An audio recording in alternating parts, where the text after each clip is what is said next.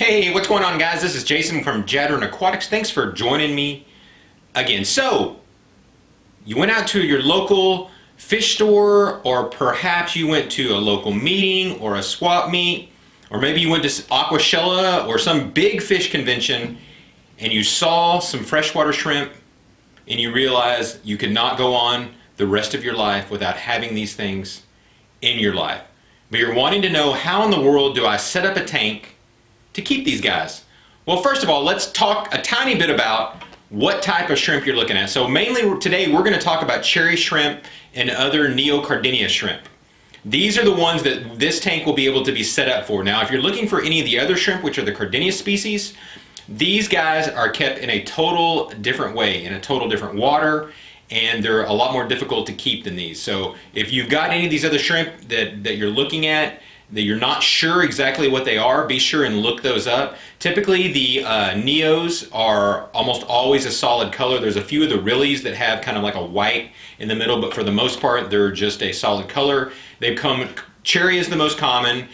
You'll see some blues, some greens, some oranges, and some yellows, and on rare occasions you'll see some purples. So be sure you find out exactly which shrimp you have, because the Neos are a hard water type shrimp and the Cardenias are a soft water shrimp. Let's talk about the first thing, tank size. So this right here is a 10-gallon. You can keep them as small as a 2-gallon, 2.5, 5, whatever. But I found that if you're going to keep them and you want to breed them, which is going to occur naturally, I would keep them in a minimum of a 20-gallon tank. Now that seems kind of big. You can start out, if you get like 5 of them, you can start out in a smaller tank. But what I've learned, as they begin to breed, they seem to reach a maximum capacity for a tank. So in a 10-gallon tank, they may get up to 75 or to 100, and then it just seems like they stop breeding because it's like they know that they're out of room. With a 20-gallon tank, they seem to have just an immense amount of room, and they seem to be able to breed over and over in that tank. So I would suggest a 20-gallon long would be the best possible tank for them. If you guys are enjoying this and learning something, be sure and hit that subscribe button down below. That way you guys can see other videos that I put out. I put out tons of videos about my fish room, about tons of shrimp that I have, and also tons of fish that I have. Next thing, let's talk about the substrate you're going to use. There's a lot of different substrate that's out there. You'll see a lot of shrimp style substrates. Those you need to be careful of, because typically most of the shrimp that is very difficult to say, shrimp substrate. A lot of these shrimp substrates that are out there are designed for Cardenias. That means they will lower the pH of your water and also drop the KH. So what type of substrate that you're looking for is just common gravels, sands. One of the cheapest ones that I found to use is pool filter sand. I'll link a video up here before where I've done that before. I'll show you quickly. This is like a 50-pound bag of Quikrete sand. That's the brand of this. Again, it's just a pool filtering sand. It's extremely clean. You don't even have to wash it before you put it in.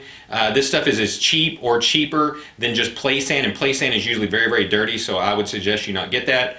I would get the pool filter sand, but pretty much you can use any inert substrate. Inert means it's not going to affect your pH in any way. If you want to go out and get some kind of gravel, you can get that, but I would suggest you don't do a bare bottom tank, because one of the main things that you want to do with cherry shrimp is you want to give them as much space for biofilm to grow. So as much stuff in there that can get in the nooks and crannies and grow this biofilm, because that's what they're going to pick at all the time.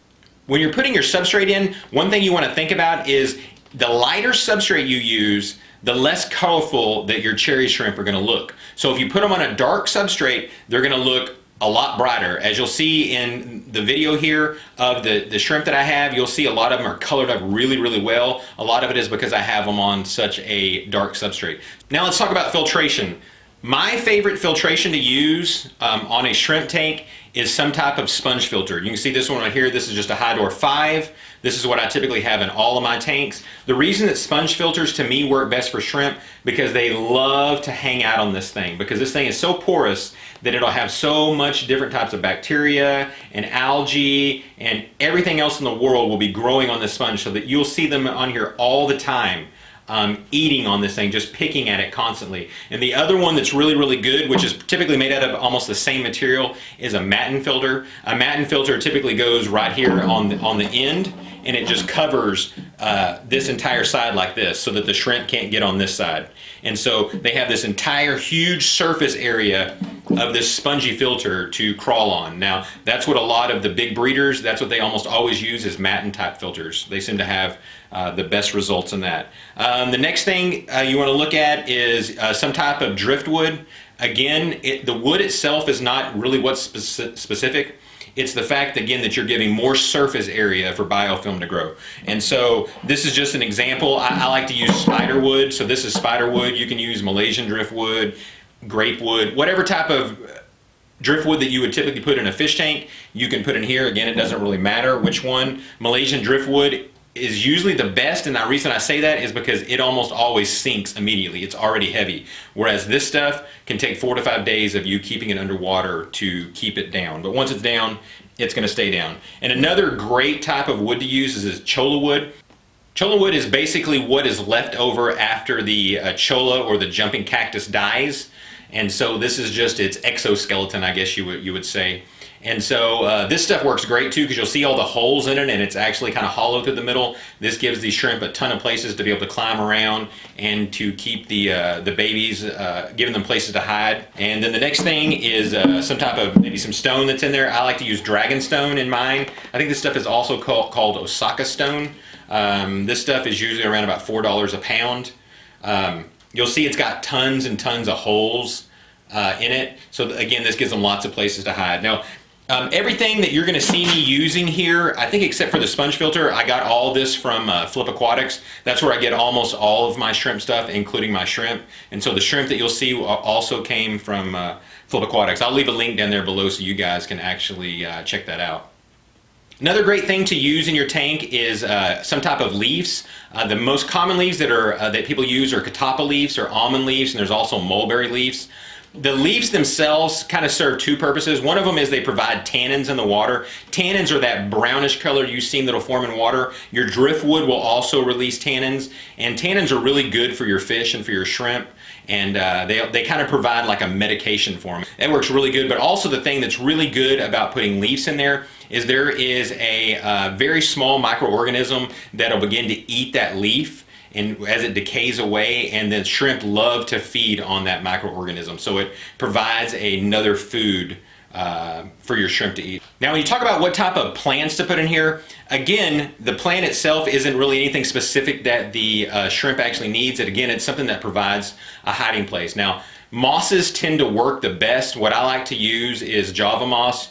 It provides a ton of area for the shrimp to be able to hide in and to pick off microorganisms, and for the baby shrimp to hide in. You'll also see in the tank that I have here, I've got a bunch of guppy grass in here. The guppy grass isn't the best to use, but they love to climb all over it, so I like to keep it in there for them also.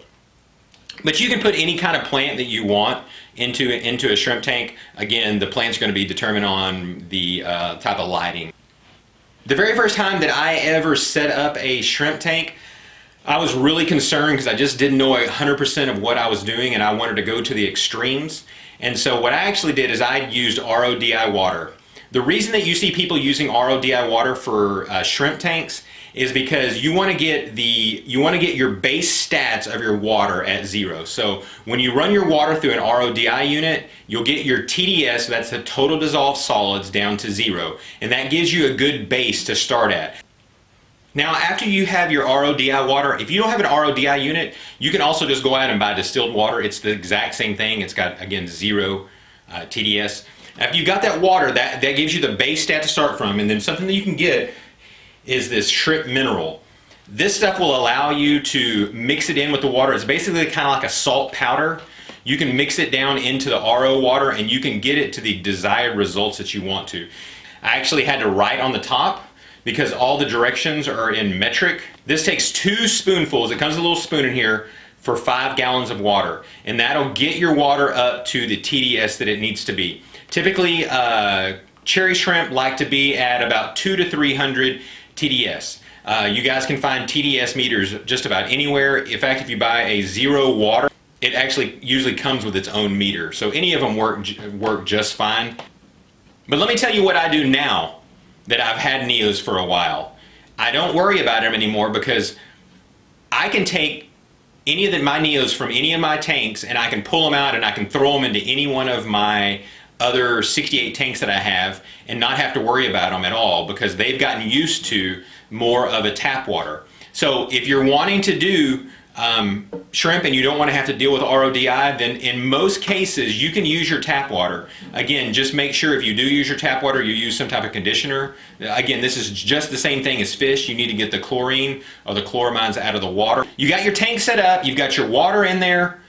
Now you're getting ready to set up your filtration. So there's two different ways that we can look at this. It is a whole lot easier when you're setting up your fish tank or your shrimp tank to already have some type of cycled media. So what I mean by that is, what I will typically do is I will take a sponge that I already have in a other tank that's already been running, and I'll take that sponge and I'll put it into the new tank. That way my tank is already 100% cycled and I don't have to worry about waiting all the time that it takes to cycle your tank. Now, if you don't have access to anything like that, maybe you have a friend that has some shrimp, you can take a bunch of their substrate, well not a bunch, just a couple of cupfuls. And again, if you're only keeping, 5 or 10 cherry shrimp to start off with, if you just get a little bit of substrate from someone else that has an established tank and put that down on your bottom, that'll provide you with the bacteria that you need. Or perhaps you could take a friend's sponge that he has in his tank and you could wring it out in your tank and get that beneficial bacteria that you need. But again, if you're starting from scratch and you don't have any of this, you need to make sure you fully cycle your tank. Now, fully cycling a tank can take sometimes up to 4 to 6 weeks. There's lots of other videos on that. I won't go into that right now, but just know that shrimp are very, very sensitive to ammonia. So if you put shrimp in any tank that's going through any type of cycling, you are going to kill them. There's no doubt about it. Now, temperature for Neocaridina shrimp, these guys can take it anywhere from about 70 to 80 degrees. Now, as far as a top for your tank, you don't necessarily need a top. The shrimp don't typically climb out very often. I like to keep tops on tanks just because of evaporation, to cut down on the amount of evaporation. But understand, as water evaporates out, if you're using that RODI water, where you're using that mix-in, when you have water that evaporates out, just put RODI water back in. And as far as lighting goes, the shrimp could care less what type of lighting you have. Again, your lighting is going to be dependent on what type of plants you have. Now, when it comes to water changes on your cherry shrimp tank, I like to do about 15% every 3 to 4 weeks. Now, the heavier that you have them stocked, the more that you're going to want to do water changes. Now, lots of people are going to have a lot of different opinions on this because everyone seems to do it a little bit different. But it does seem that when you do water changes like that, it tends to help the shrimp. They tend to breed more when you do more water changes. But just don't do heavy percentages of, I would suggest you never do more than 15 or 20%. Now, the type of food that you want to feed them, there are tons of different shrimp foods out there. And one of the ones that I use is Shrimp King. This is stuff that I bought a couple of years ago or a year and a half ago from Flip Aquatics. They're no longer carrying this brand, so I still have quite a bit of this stuff left because I bought a bunch of it. This stuff goes a long way. It comes in like a pelleted form, and so if you put one pellet in there, it'll feed 20 shrimp for a day or two. They don't eat a whole lot, but just about any type of shrimp food that's out there works just fine. So in each one of my 9 shrimp tanks, I'll put like 1 green bean in there once or twice a week. They love that. Again, they're just scavengers, so they'll just eat about anything. All right, there you have it. I hope I have explained to you exactly all the things that you need to set up your cherry shrimp tank. I hope you guys are excited. Once you start doing shrimp, you are going to become addicted to them and want more and more and more. Then you're going to want to move into Cardinia shrimp, the Taiwan bees, and all the other beautiful, beautiful shrimp that are out there. It is a whole nother world that is expanding and expanding and expanding. If you guys have any questions, be sure and leave them down below. Appreciate each and every one of you. So thanks again, guys, and God bless.